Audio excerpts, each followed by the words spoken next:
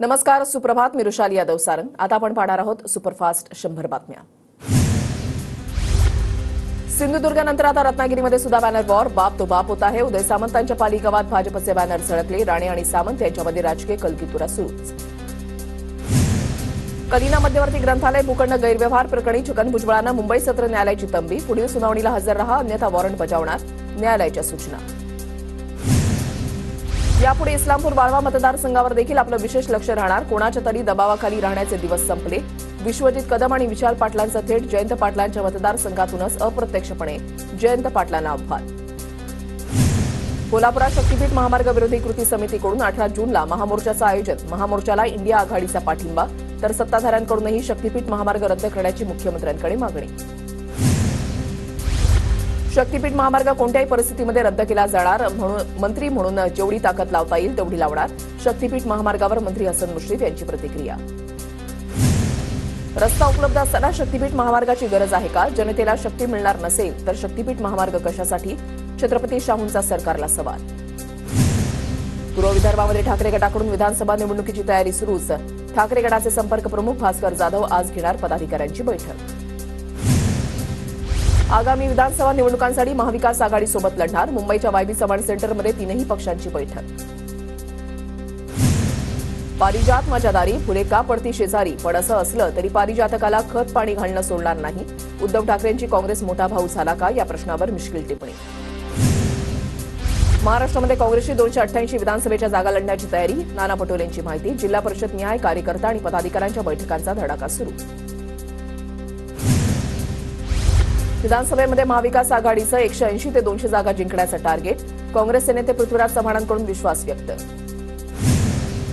पंतप्रधान मोदींनी सभा आणि रोड शो घेतलेल्या ठिकाणी महाविकास आघाडीचे उमेदवार जिंकले, त्यामुळे मोदींना धन्यवाद देणं कर्तव्य समजतो.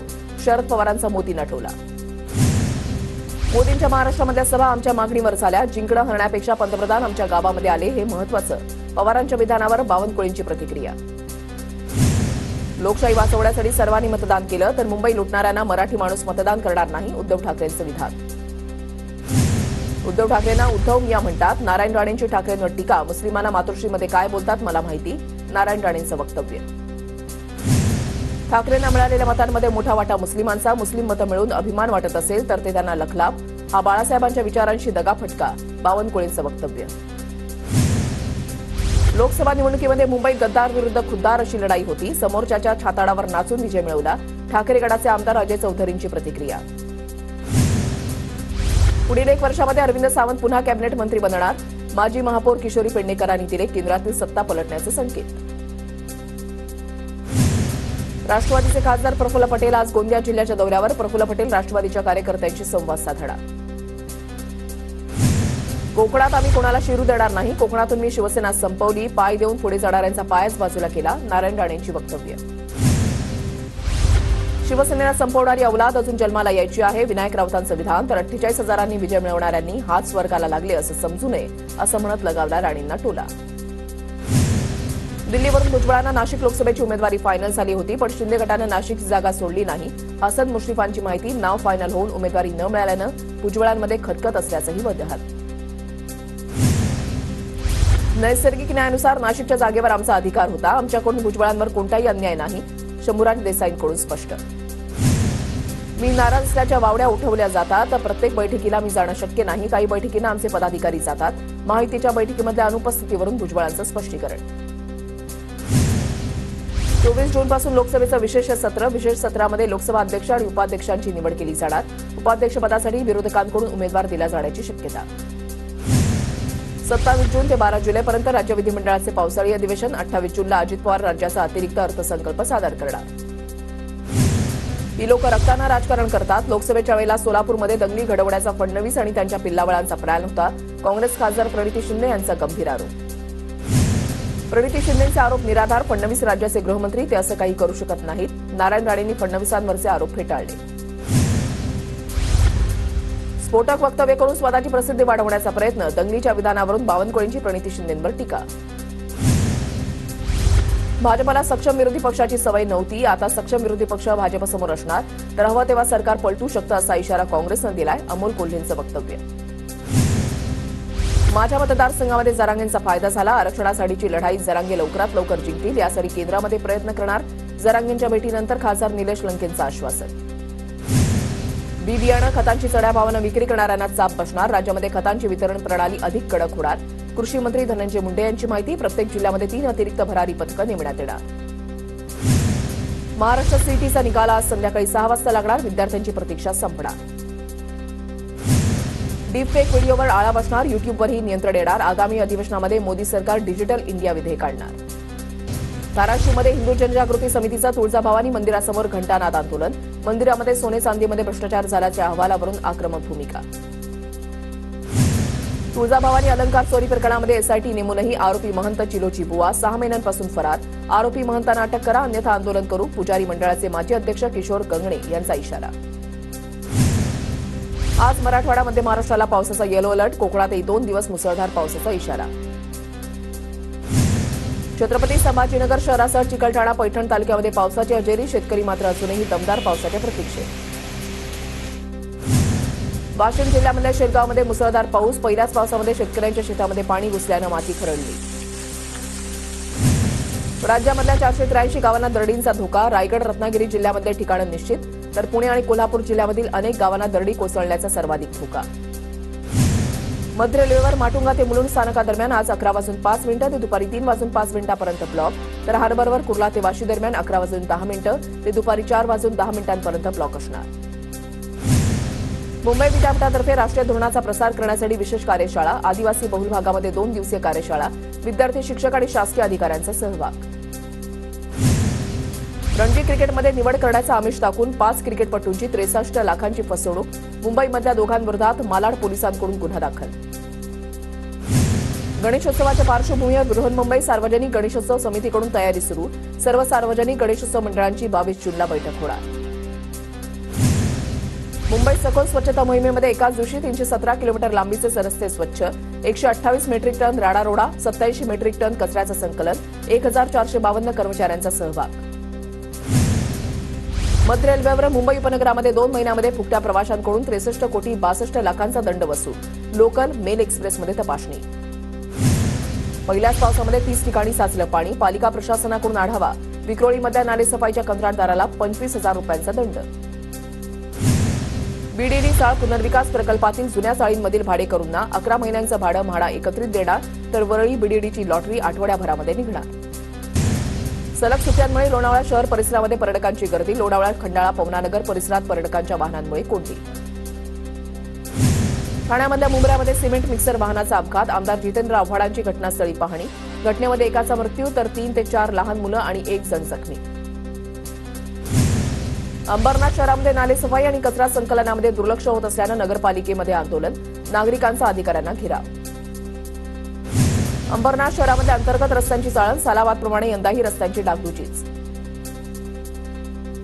पिंपरी चिंचवड शहरामध्ये कॉलरा रुग्णांची संख्या ही 7 वर. एकाच दिवशी आढळले 4 रुग्ण. रुग्णांवर वायसीएम आणि भोसरी रुग्णालयामध्ये उपचार सुरू. पुणे नाशिक महामार्गावर कुरुळी ते साकड दरम्यान काल रात्री मोठी वाहतूक कोंडी. महामार्गावर 7 ते 8 किलोमीटरपर्यंत वाहनांच्या रांगा. पुणे महापालिका शिक्षकांच्या आरोग्य तपासणीवरून गोंधळ. पवित्र पोर्टलच्या माध्यमातून 200 शिक्षका आरोग्य तपासणीसाठी हजर, मात्र दवाखाना दुपारी बंद असल्यानं गोंधळ. पुणे जिल्ह्यामध्ये बनावट खतं आणि बियाण्यांची विक्री करून शेतकऱ्यांची फसवणूक. पुणे विभागामध्ये 88 विक्री परवाने निलंबित, तर अनेक जणांवर गुन्हे दाखल. नागपुरात नशेसाठी वापरली जाणारी 10 लाख किमतीची डोडा पावडर जप्त. नागपूरच्या पाचपावली पोलिसांची कारवाई. 1 आरोपी अटकेत. शेततळ्यामध्ये पडून 3 मुलींचा दुर्दैवी मृत्यू. संगमनेर तालुक्यामधल्या मेंढवण गावामधली घटना. शेततळ्याचं काम सुरू असताना पावसामुळे साचलं होतं पाणी.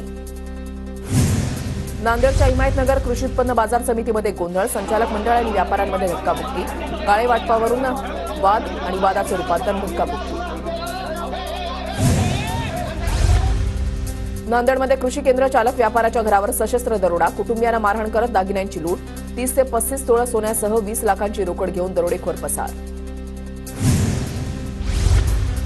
यवतमाळच्या पांढरकवडामध्ये घरात सिलेंडरचा स्फोट. आगीमध्ये संपूर्ण घर जळून खाक. आगीमध्ये 6 लाख रुपयांचं नुकसान. नंदुरबार शहरामध्ये मोठ्या प्रमाणात अतिक्रमण काढण्यासाठी पालिकेची अतिक्रमणधारकांना नोटीस. नंदुरबार जिल्ह्यामध्ये भीषण चारा टंचाई, शेतकऱ्यांवर जनावरं विकण्याची वेळ. राज्य शासनाच्या चारा भंडार उभारण्याची घोषणा उशिरा झाल्यानं शेतकरी नाराज. नंदुरबारमध्ये जिल्हा परिषदेच्या स्थायी समितीच्या सभेमध्ये जलजीवन मिशनच्या कामावरून गदारोळ. ठेकेदारांकडून निकृष्ट काम होत असल्याचा सदस्यांचा आरोप. धुळ्यामध्ये राष्ट्रवादी शरद पवार गटाचे जिल्हाध्यक्ष रणजितराजे भोसलेंचे वाढदिवसानिमित्त भावी आमदार म्हणून झळकले बॅनर. विधानसभेसाठी आतापासूनच इच्छुक उमेदवारांची भाऊ गर्दी. धुळ्यात 150 पोते गांजा जप्त, तर दारूचा बनावट कारखाना उद्ध्वस्त. स्थानिक गुन्हे अन्वेषण विभागाची मोठी कारवाई. आषाढीमधल्या महाआरोग्य शिबिरासाठी आरोग्य विभाग 10 कोटी खर्च करणार. भाविकांच्या आरोग्यासाठी शिबिराचं आयोजन. पंढरपूर पालखी सोहळ्यासाठी राज्य सरकारकडून 21 कोटी रुपयांचा निधी मंजूर. पालखी सोहळ्याचा निधी थेट जिल्हा परिषदांना मिळणार. पुणे, सातारा आणि सोलापूर जिल्हा परिषदांना निधी मिळणार. गजानन महाराजांच्या पालखीचं अकोल्यामध्ये आगमन. दर्शनासाठी भाविकांची गर्दी. शहरामधल्या मुंगीलाल बाजोरिया मैदानावर पालखी 2 दिवस मुक्कामी. तुळजापूरचे साहित्यिक श्री देविदास सौदागर यांच्या उसवण कादंबरीला साहित्य अकादमीचा युवा पुरस्कार जाहीर. सौदागर यांच्याकडून टेलरिंगचं काम करत लेखनाचा छंद जोपासत दर्जेदार साहित्य निर्मिती. राज्य शिक्षण मंडळातर्फे आयोजित केलेल्या 12वीच्या पुरवणी परीक्षा अर्जासाठी मुदतवाढ. उद्यापर्यंत विलंब शुल्कासह अर्ज भरण्यास मुदत. ठाणे महापालिका क्षेत्रामधल्या अतिधोकादायक इमारतींचा पाणीपुरवठा वीज खंडित. महापालिका आयुक्त सौरभ राव यांच्या आदेशानंतर प्रशासनाची कारवाई. शरद पवार गटाकडून हडपसर विधानसभा मतदारसंघासाठी उमेदवार ठरल्याची चर्चा. कार्यकर्त्यांच्या व्हॉट्सअप स्टेटसवर प्रशांत जगतापांचा भावी आमदार असा उल्लेख. गोंदिया जिल्ह्यामधल्या देवरी चिचगड महामार्गावर मालवाहू वाहनाची झाडाला धडक. अपघातामध्ये एकाचा जागीच मृत्यू. देवरी पोलिसांकडून गुन्ह्याची नोंद. गोंदियामधल्या साखरी टोली परिसरामध्ये एका कारची 4 ते 5 दुकानांना धडक. दुकानाचं मोठं नुकसान. सालेकसा पोलीस ठाण्यामध्ये तक्रार दाखल केली असून कारच्या चालकाचा शोध सुरू. गोंदियामध्ये बकरी ईद निमित्त शांतता समितीची बैठक संपन्न. बकरी ईद शांततेमध्ये साजरी करण्याचं पोलिसांचं आवाहन. जिल्ह्यामध्ये विविध ठिकाणी नाकेबंदी करण्यात येणार. धुळे जिल्हा प्राथमिक शिक्षक समितीचं प्रशासनाविरोधात आंदोलन. प्रशासनाकडून जाचकटी लावून अतिरिक्त बोजा टाकण्याचं काम होत असल्याचा शिक्षक समितीचा आरोप. मालेगाव दोंडाईच्या रस्त्यावरील धुळे तालुक्यामधल्या कुसुंबा गावाजवळील उड्डाण पुलाखाली धोकादायक खड्डे. मोठा अपघात होण्याची शक्यता. धुळ्याच्या शिरपूर तालुक्यामध्ये आतापर्यंत 65,000 जनावरांच्या कानाला टॅगिंग. टॅगिंगशिवाय जनावरांच्या खरेदी विक्रीवर पशुसंवर्धन विभागाची करडी नजर. जळगावच्या अमळनेरमधील अनेक संस्थांच्या शाळांमध्ये कोट्यवधींचा भ्रष्टाचार. सामाजिक कार्यकर्ते रामकृष्ण पाटील यांच्यासह फसवणूक झालेले शिक्षक तसंच संस्था चालकांनी कागदोपत्री पुराव्यासह पत्रकार परिषदेमध्ये दिली माहिती. पावसामुळे भारत विरुद्ध कॅनडा सामना रद्द. दोन्ही संघांना 1-1 गुण. भारतीय संघ आधीच सुपर 8मध्ये दाखल. टीसीएसला अमेरिकन कोर्टानं ठोठावला 1,620 कोटींचा दंड. कंपनीकडून वृत्ताला दुजोरा. टाटा समूहाला मोठा झटका. जम्मू काश्मीरबाबत अमित शहांची आज अजित डोवाल. जम्मू काश्मीरचे उपराज्यपाल मनोज सिन्हांसोबत बैठक. काश्मीरच्या परिस्थितीवर चर्चा होणार. मोदी सरकारचा पहिला अर्थसंकल्प 22 जुलैला मांडला जाणार. संसदेचं पावसाळी अधिवेशन 22 जुलै ते 9 ऑगस्ट दरम्यान चालणार. इटली दौऱ्यामध्ये पंतप्रधान मोदी आणि इटलीच्या पंतप्रधान जॉर्जिया मेलोनी यांच्यामध्ये द्विपक्षीय चर्चा. भारतामध्ये परतण्याआधी मोदी आणि मेलोनींचा सेल्फी.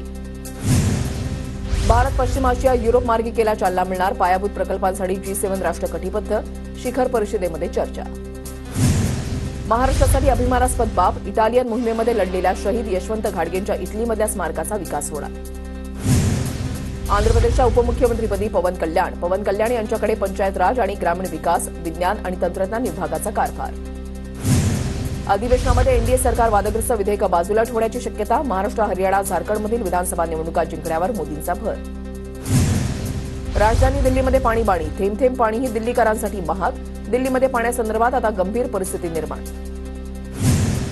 उत्तर भारतामध्ये उष्णतेची लाट कायम. दिल्लीमध्ये तापमानाचा पारा 45 अंशांवर तर मध्य प्रदेश, उत्तर प्रदेश, राजस्थानमध्ये मान्सून नामणीवर जाण्याचा अंदाज.